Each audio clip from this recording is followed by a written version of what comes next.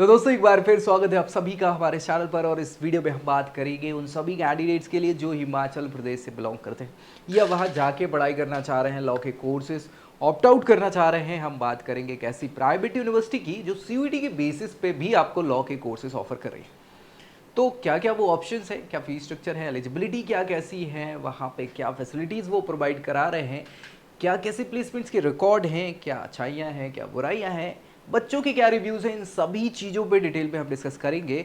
ताकि अगर आप टारगेट करना चाह रहे हो बेहरा यूनिवर्सिटी को तो आपको आखिर में समझ आ जाए, आप एक फैसला लेने के लिए तैयार हो जाएं कि वो आपके लिए वर्थ इट है या नहीं है। तो दोस्तों में शेयर करिए और चैनल सब्सक्राइब करना बिल्कुल मत भूलिए अगर नए हैं तो, क्योंकि लॉ से जुड़ी जानकारी, कॉलेज कोर्स करियर की यही इसी चैनल पे सबसे पहले मिलने वाली है आपको। बाकी अपनी प्रोफाइल पे बेस्ट ऑप्शन अपने लिए जाना चाहते हैं तो नीचे प्रोफाइल एनालिसिस फॉर्म भी मिल जाएगा जिसको फिल करके जानकारी आप ले सकते हैं। तो चलिए, बेहरा यूनिवर्सिटी है ना, 2011 में स्टैब्लिश हुई थी, नाम धीरे धीरे धीरे बना रही है। हिमाचल में ये सिचुएटेड है, 25 एकड़ का कैंपस है। वादियाँ घटाएं तो देखने को आपको मिल ही जाएंगी। इसके पीछे का जो पहाड़ है अभी थोड़ा सा पहाड़ वाला लग रहा है, नहीं तो अगर थोड़ी सी हरियाली रहती तो और अच्छा लगता। ठीक है भाई, ये देख रहे हो यूनिवर्सिटी का कैंपस 25 एकड़ का है, बहुत बड़ा तो नहीं बोल सकते। ठीक है, हाँ, तो हिमाचल प्रदेश में सिचुएटेड है ये बकना घाट में। बढ़िया है, UGC, state government, Himachal Pradesh, BCI, PCI, इन सब का आपको रिकॉग्निशन मिल गया है, जिससे बहुत सारे कोर्सेज आपको ऑफर करते हैं। चाहे वो टेक्नोलॉजी के हों, चाहे बेसिक कोर्स हों, बिजनेस स्टडीज़ के कोर्सेज हों, मैनेजमेंट के कोर्सेज हों, लॉ के कोर्सेज हों, बहुत सारी वैरायटी ऑफ कोर्सेज ये प्रोवाइड करा रहा है। लेकिन हम किसकी बात करेंगे, हम केवल लॉ कोर्सेज की बात करेंगे। क्या क्या ऑप्शन ये आपको प्रोवाइड करा रहे हैं, तो भैया ये आपके ऑप्शन है 3, जिसमें एक 5 year integrated BA LLB programme है जो ये कंडक्ट करा रहे हैं। इसके अलावा 3 ईयर LLB प्रोग्राम और LLM का एक मास्टर प्रोग्राम 2 ईयर्स का प्रोवाइड करा रहा है। फीस स्ट्रक्चर की बात करें, हर सेमेस्टर की लगभग 40,000 मान के चले BA LLB, और 10 है तो 4 लाख का खर्चा। LLB जो है वो 35,000 का खर्चा एक सेमेस्टर का, और इसके हिसाब से लगभग मान के चलिए 2-2.25 लाख का खर्चा आपका पड़ जाता है। और LLM के लिए ये 32,000 बताया हुआ है, तो वो भी आप मान के चलिए 1-1.25 लाख के अराउंड पड़ जाता है आपका। ठीक है, eligibility criteria 5 year integrated programme के लिए 12th क्लास में 50% का होना चाहिए। वहीं अगर LLB की बात करें तो बैचलर्स होनी चाहिए 45% से किसी भी स्ट्रीम में, और LLM के लिए UG यानी LLB 50% से होनी चाहिए, तब जाके आप LLM के लिए एलिजिबल हो जाते हैं। तो ये तो बात हो गई किसकी, इनके कोर्सेज की, फीस स्ट्रक्चर की, और क्या एलिजिबिलिटी है उनकी, पढ़ाई करनी क्या है। तो भाई पढ़ाई BA LLB 5 ईयर प्रोग्राम है, तो आप देख रहे हैं इंटीग्रेटेड है। BA के भी कुछ सब्जेक्ट आपको पढ़ने होंगे, जैसे आपका history, geography, sociology, political science, है ना, ये कुछ ऑप्शंस आपके रहते हैं, लीगल मेथोडोलॉजी। और फिर बाकी लॉ के कोर्सेज आपको पढ़ने होते हैं, सब्जेक्ट पढ़ ले, जैसे constitutional law, contract law, law of tort, criminal family law, और बहुत सारे ऐसे ऐसे लॉ। ठीक है, तो ये आपको पढ़ने होंगे। वहीं अगर हम LLB की बात कर ले तो LLB के लिए तो सिंपल लॉ के ही हमें कोर्सेज रहेंगे, सब्जेक्ट रहेंगे जो पढ़ने होंगे, वही सारे कोर्सेज। ठीक है, ये हमारे सिलेबस में रहने वाले हैं, एक एक करके आप पढ़ेंगे 6 सेमेस्टर में LLB में और 10 सेमेस्टर में BA LLB। प्लेसमेंट्स की बात कर ले जो बहुत इंपॉर्टेंट है हमारे लिए, हाईएस्ट प्लेसमेंट जो है 15 का बताया हुआ है इन्होंने।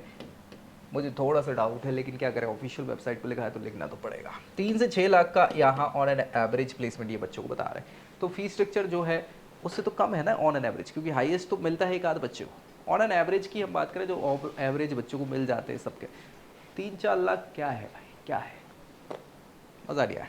इंटर्नशिप के ऑप्शंस इनके पास इसलिए हैं क्योंकि इनके लॉ के जो फॉर्म्स हैं उनके साथ थोड़े बहुत कोलैबोरेशन है ही, NGOs के साथ, जो गवर्नमेंट डिपार्टमेंट्स हैं ना उनके साथ भी थोड़े से MAUs वगैरह कोलैबोरेशन है, जिसके कारण बच्चों को इंटर्नशिप की अपॉर्चुनिटीज़ मिल जाती है। तो ठीक ठाक ऑप्शन बोल सकते हैं, बहुत अच्छे तो अभी भी नहीं बोल सकते, लेकिन ठीक है, एक आध ऐसा बोल सकते हैं कि ठीक है, ऑप्शन है, एटलीस्ट धीरे धीरे समय के साथ ये बढ़ेंगे। स्कॉलरशिप जो प्राइवेट यूनिवर्सिटी का रामबाण इलाज है, इलाज क्या है, मतलब ये मान के चलिए कि ये यार स्कॉलरशिप के बेसिस पे फीस स्ट्रक्चर जो है कम हो जाता है। तो प्राइवेट तो ठीक है, गवर्नमेंट इंस्टीट्यूशन भी स्कॉलरशिप प्रोवाइड करा देते हैं, प्राइवेट के साथ थोड़ा सा ये है कि थोड़ा सा कम हो जाता है फीस स्ट्रक्चर। मेरिट स्कॉलरशिप जिसमें आपके परफॉर्मेंस पे आपको कुछ स्कॉलरशिप प्रोवाइड की जाती है, फीस स्ट्रक्चर जो है वो वेव ऑफ हो जाता है कुछ परसेंटेज में। तो अगर मेरिट में आपके 90% या उससे ज़्यादा हैं तब जाके ये आप एलिजिबल होते हैं इसके लिए। सिंगल पेरेंट स्कॉलरशिप, मतलब मान के चलिए कि आपके पेरेंट्स सिंगल ही हैं, या तो सिंगल मदर है या सिंगल फादर है वो, है ना, तो उनके लिए 50% का जो है बच्चों के लिए यहाँ पे स्कॉलरशिप मिल जाती है। बोथ पेरेंट्स नॉट लाइक, ऐसी स्कॉलरशिप भी है जहाँ आपके माता पिता दोनों अलग नहीं है, तो ऐसी कंडीशन में BUCT, ये बहरा यूनिवर्सिटी का एंट्रेंस एग्जाम होता है, कॉमन एंट्रेंस, जिसमें 10% का स्कॉलरशिप मिल जाता है। स्पोर्ट्स स्पेशल स्कॉलरशिप है ना, तो हिमाचल प्रदेश में अगर आप मान लीजिए हो सकता है कि किसी नेशनल इंटरनेशनल इवेंट में या फिर लोकल डिविजनल इवेंट में, स्टेट लेवल के इवेंट में अच्छा पार्टिसिपेट करते हैं किसी स्पोर्ट्स एक्टिविटी में, तो भी आपको कुछ यहाँ पे 20% तक फीस रिलैक्सेशन मिल जाता है। इसके अलावा सिबलिंग स्कॉलरशिप है, अगर भाई बहन और पढ़ रहे हैं इसी यूनिवर्सिटी में तो भी आपको कुछ यहाँ पर रिलैक्सेशन मिल जाता है। SC ST स्कॉलरशिप भी है, अगर इस पर्टिकुलर कैटेगरी से आप बिलोंग करते हैं तो आपको कुछ स्कॉलरशिप मिल जाती है, ताकि फीस स्ट्रक्चर पे थोड़ी सी कमी हो जाए और आप इजीली पढ़ाई कर पाएँ। तो ये स्कॉलरशिप्स के ऑप्शंस यहाँ पे हैं। इंफ्रास्ट्रक्चर की बात करें, फैसिलिटीज़ की बात कर ले तो फैसिलिटीज़ कॉम्प्रहेंसिव देखने को मिल जाती है। इंफ्रास्ट्रक्चर अच्छा है, हमने देखा है, देखने में तो एटलीस्ट अच्छा लग रहा है, और बाकी तो घटाए फिजाए है ही, मतलब सीनिक वीडियो आपको हिमाचल में देखने को मिल ही जाती है। मॉडर्न क्लासरूम क्योंकि अभी बना है, मॉडर्न इक्विपमेंट्स यहाँ पे हैं, और इसके अलावा सीनिक लोकेशन जो हम पहले ही डिस्कस कर चुके हैं, तो बढ़िया ऑप्शन है आपका। नेगेटिवली बात करें तो मेंटेनेंस के इशू आपको देखने को मिल जाते हैं कई बार, वाईफाई की कनेक्टिविटी के इशू भी। अब यार पहाड़ियों वाला इलाका है तो हर जगह सिग्नल कई बार ब्रेक डाउन हो जाते हैं, वो एक समस्या है ही, मैक्सिमम टाइम यही रहता है।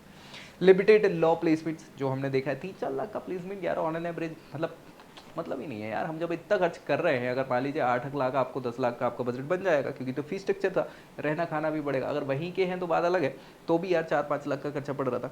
तो यार जब इतना खर्चा कर रही है तो एक अच्छे ऑप्शन बढ़ो ना, जहाँ प्लेसमेंट की रिकॉर्ड्स आपको थोड़े से एटलीस्ट अच्छे मिल जाए यार, थोड़े सेटिस्फैक्टरी मिले कि यार हाँ चलो भविष्य में हम थोड़ा सा कमा तो लेंगे ना, अगर हम कहीं से व्यवस्थाएं करके पढ़ाई कर रहे हैं तो यार थोड़ा और अच्छा किया जा सकता है प्लेसमेंट, जो मुझे यहाँ थोड़ा सा कम लगा। बच्चों की बात करें कैंपस लाइफ कैसी है, तो बच्चों पे यहाँ पे भाई यार केवल सीन देख के यार खुद तो जीवन काट तो पाओगे नहीं, है ना। तो वो है अच्छा ही, लेकिन वो हमेशा काम नहीं आती। जब आप वहीं पढ़ोगे वहीं रहोगे तो एक समय बाद वो लगेगा कि यार ये तो घर की मुर्गी दाल बराबर है ना। तो सीनिक ब्यूटी देखने में अच्छी लगती है कुछ समय के लिए, बाद में रोज रोज देखना तो वो तो लगता है कि हाँ यार ये तो रोज ही होता है, अब क्या ही इसमें अलग है ना। तो ये एक चीज़ है, फैकल्टीज सपोर्टिव होनी चाहिए, जो अच्छी चीज़ है। रिसोर्स आपको प्रोवाइड करा देती है, आपको आगे बढ़ने के अवसर प्रदान करती है। इंफ्रास्ट्रक्चर बढ़िया है, ठीक है। रेजिडेंशियल फैसिलिटीज़ भी ठीक है, ये अच्छा ही है। लेकिन मगर हम कमियां देखें तो यार लीगल प्रैक्टिस की बहुत कमी है यहाँ पे, बहुत ज़्यादा नहीं है, लिमिटेड ऑप्शंस है। वेदर के चैलेंजेस हमेशा देखने को मिलेंगे यार, है ना। कभी भैया सर्दी भंवर पड़ रही है, गर्मी तो ठीक ठाक है, बाकी यार बारिश हो रही है तो परेशानी आ जाती है। तो ये चीज़ें हैं, सोशल लाइफ बहुत ज़्यादा है नहीं, लिमिटेड ऑप्शंस यहाँ पे मिल जाएंगे। कनेक्टिविटी के इशू हर समय पे, बारिश हो गई तो रोड चले गए, है ना, लैंडस्लाइड हो गया तो रोड चले गए, ऐसी समस्याएं बीच में देखने को मिल जाती है। रिसोर्सेज की एक्सेसिबिलिटी की भी कमियां यहाँ मिलती हैं देखने को। तो ये ऑप्शंस आपके कुछ नेगेटिवली बच्चों ने बताए हुए हैं, उनकी लाइफ कैंपस में कैसी। कल्चरल और स्टूडेंट क्लब्स की बात करें तो बहुत सारी डाइवर्स ऑप्शंस तो हैं ही, स्किल डेवलपमेंट के लिए भी, नेटवर्किंग के लिए भी, और कल्चरल एक्सपोजर भी बच्चों को मिल जाते हैं। लेकिन अगर बात करें इनकी तो रिसोर्सेज लिमिटेड ही हैं। साथ ही साथ पार्टिसिपेशन के बैरियर्स हैं कि ये बच्चा ही पार्टिसिपेट कर सकता है, वो नहीं कर सकता, फलाना नहीं, दिमागा नहीं, ये एलिजिबिलिटी होनी चाहिए।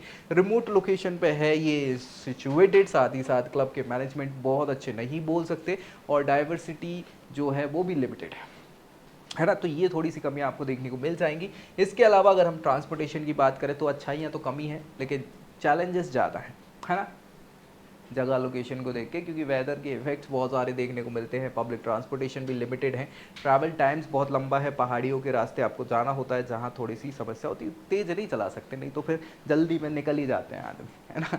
ये सारी चीज़ें हैं। वेदर्स जो है वो मतलब मौसम आपको हमेशा परेशान करता ही रहता है। कैफ़ीज़ की बात करें, क्लब्स की बात करें तो यार इनकी कहीं कमी नहीं मिलती है। बस ये है, आपके हिसाब से क्या अच्छा है क्या बुरा है ये आपको तय करना होता है, इसमें मैं ज़्यादा नहीं बोलूँगा। ऑप्शंस पर्याप्त अवेलेबल है ना। हाँ, घाटियों पे तो भाई मतलब मज़ा ही आ जाता है, ठीक है।